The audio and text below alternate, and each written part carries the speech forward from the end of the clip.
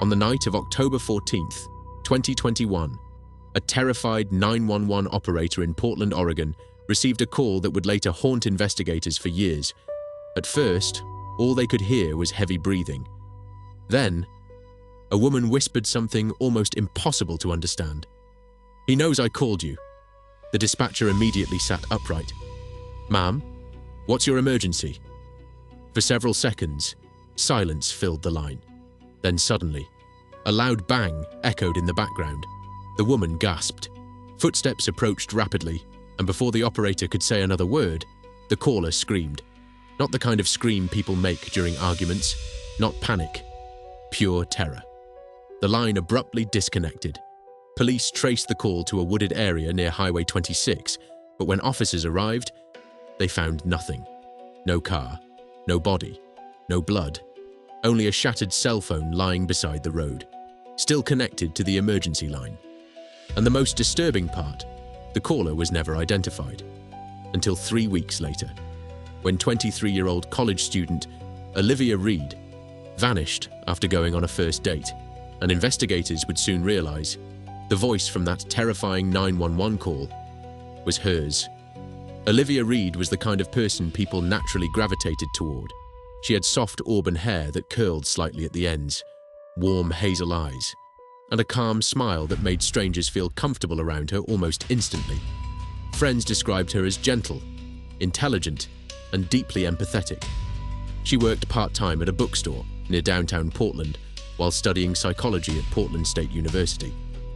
Most nights, Olivia dressed simply: oversized sweaters, blue jeans, white sneakers, nothing flashy. But on October 14th, she looked different. Security footage from her apartment lobby showed Olivia stepping outside, wearing a fitted black coat, silver earrings, and knee-high boots. Her makeup was subtle, but carefully done. For the first time in months, she seemed excited. Because earlier that week, Olivia had matched with a man named Daniel Mercer on a dating app called TrueMeet. According to friends, Daniel seemed perfect. 32 years old, architect, well-spoken, charming.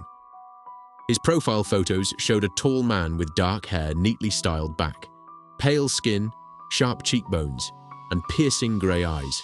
The kind of face people trusted instantly. Maybe too instantly. At 7:42 p.m., Olivia texted her roommate Hannah. "Date's actually going really well, LOL." That would be the last normal message anyone ever received from her. At 8:13 p.m., surveillance cameras captured Olivia and Daniel entering a rooftop restaurant overlooking the city skyline. Witnesses later said the two appeared comfortable together. Daniel barely looked at his phone. He maintained direct eye contact constantly, almost intensely. One waitress later told detectives something that disturbed her afterward. He watched her more than he talked to her, like he was studying her. Still, nothing appeared unusual. Until 9:26 p.m. That was when security footage showed Olivia suddenly leaving the table alone, fast, almost anxious. Detectives later discovered she had gone to the restroom, but she never returned through the restaurant hallway cameras. And somehow, neither did Daniel. At first, police assumed Olivia had willingly left with her date, but two details changed everything. The first, Olivia's purse remained under the restaurant table. Her phone charger, wallet, apartment keys, all untouched. The second, the restaurant's rear exit camera malfunctioned for exactly 7 minutes that night. 7 minutes. Just long enough for two people to disappear unnoticed. Detective Marcus Vale was assigned lead investigator on the case. 46 years old, tall, broad-shouldered, with graying hair and tired eyes that carried the weight of too many homicide scenes. Marcus had worked missing persons for nearly 18 years, and according to fellow detectives, the moment he saw Olivia's abandoned purse, his expression changed. "She didn't leave willingly," he said quietly. Police quickly turned their attention toward Daniel Mercer. But there was one problem. Daniel Mercer did not exist. The photos on the dating profile belonged to a male model from Sweden. The architecture firm listed on his account was fake. Even the phone number had been generated through a temporary encrypted app. Someone had carefully constructed an entirely fictional identity. and they had used it specifically to lure Olivia out. Then came the discovery that horrified investigators. Forensic analysts uncovered deleted messages from another missing woman, Erica Lynn, 27, who vanished 11 months earlier after meeting someone amazing online. The similarities were terrifying. Both women met men online. Both disappeared during first dates. Both sent reassuring texts moments before vanishing. Detective Vale realized they weren't hunting a random abductor. They were hunting a predator. Then investigators found Olivia's journal hidden beneath her bed. Most pages contained harmless sketches, until the final entries.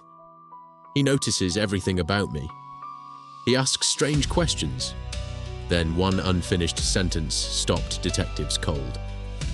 "I think I made a mistake meeting." It ended abruptly, as if someone interrupted her mid-thought. Days later, traffic cameras captured a dark blue van leaving downtown Portland shortly after Olivia vanished. No license plates, but taped inside the rear window was a small white owl sticker, the same sticker linked to Erica Lynn's disappearance. Now detectives knew the cases were connected. Then came the first major break. A gas station clerk outside Salem recognized Olivia from the news. Security footage showed her entering barefoot around midnight, mascara smeared, visibly terrified. She nervously glanced toward the parking lot while buying water. Then suddenly, she froze. "What did she say?" detectives asked. The clerk swallowed hard. She whispered, "He found me." Seconds later, Olivia ran outside. Moments later, a tall, hooded man calmly entered the station. He wasn't rushing, like he already knew she couldn't escape. The search intensified immediately. Helicopters, K9 units, roadblocks. But Olivia vanished again. Then forensic analysts enhanced audio from Olivia's 911 call. Beneath her screams was a calm male voice whispering, "You shouldn't have done that." Detective Vale replayed it repeatedly, not because it sounded threatening, because it sounded familiar. Soon investigators uncovered a hidden dark web forum filled with photographs of terrified women. And in the background of one image, a bookshelf Detective Vale recognized instantly. It belonged inside Olivia's apartment, meaning someone had been inside her home long before she disappeared, watching her, preparing. Police traced the forum to an abandoned property outside Portland. At 2:14 a.m., tactical units stormed the house. The basement walls were covered in photographs of women from different cities, all unaware they were being hunted. Then Detective Vale spotted Olivia's picture near the back wall, taken hours before she vanished. Written beneath it were 3 chilling words: "Ready for collection." Suddenly, a loud crash echoed upstairs. Officers chased a hooded figure through the woods as gunshots exploded in the darkness. One officer collapsed screaming. The suspect escaped, but not before Detective Vale briefly saw his face, and his blood ran cold, because he recognized him. The next morning, Internal Affairs placed an academy graduation photo in front of Marcus. Standing beside a younger Marcus Vale was the man from the woods, former Detective Nathan Keller, a homicide investigator supposedly dead for 6 years. But sealed records revealed something even more horrifying. Nathan Keller had worked every disappearance connected to the case. For years, the killer hadn't been hiding from the investigation. He had been controlling it from inside.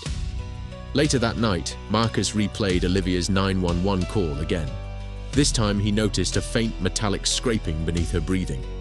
Train tracks. His eyes widened instantly, because beneath abandoned railway tunnels outside Portland.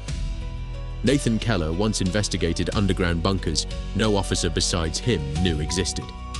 Marcus grabbed his coat and rushed for the door. Then his phone vibrated. Unknown number. "Slowly," he answered. A weak, trembling voice whispered, "Detective?" It was Olivia, crying softly, barely alive. Then she whispered 7 horrifying words. "He says you were supposed to protect me." Marcus froze. Suddenly, another voice appeared on the line. Calm, familiar. "Do you hear them, Marcus?" In the background, multiple women could be heard crying underground. But the voice wasn't Nathan Keller's. It belonged to someone still inside the police department. Then, a deafening train horn roared overhead. Olivia screamed, and the call abruptly ended. and Marcus realized something horrifying. Every missing woman had called 911 before disappearing, but every recording had vanished from evidence, except Olivia's.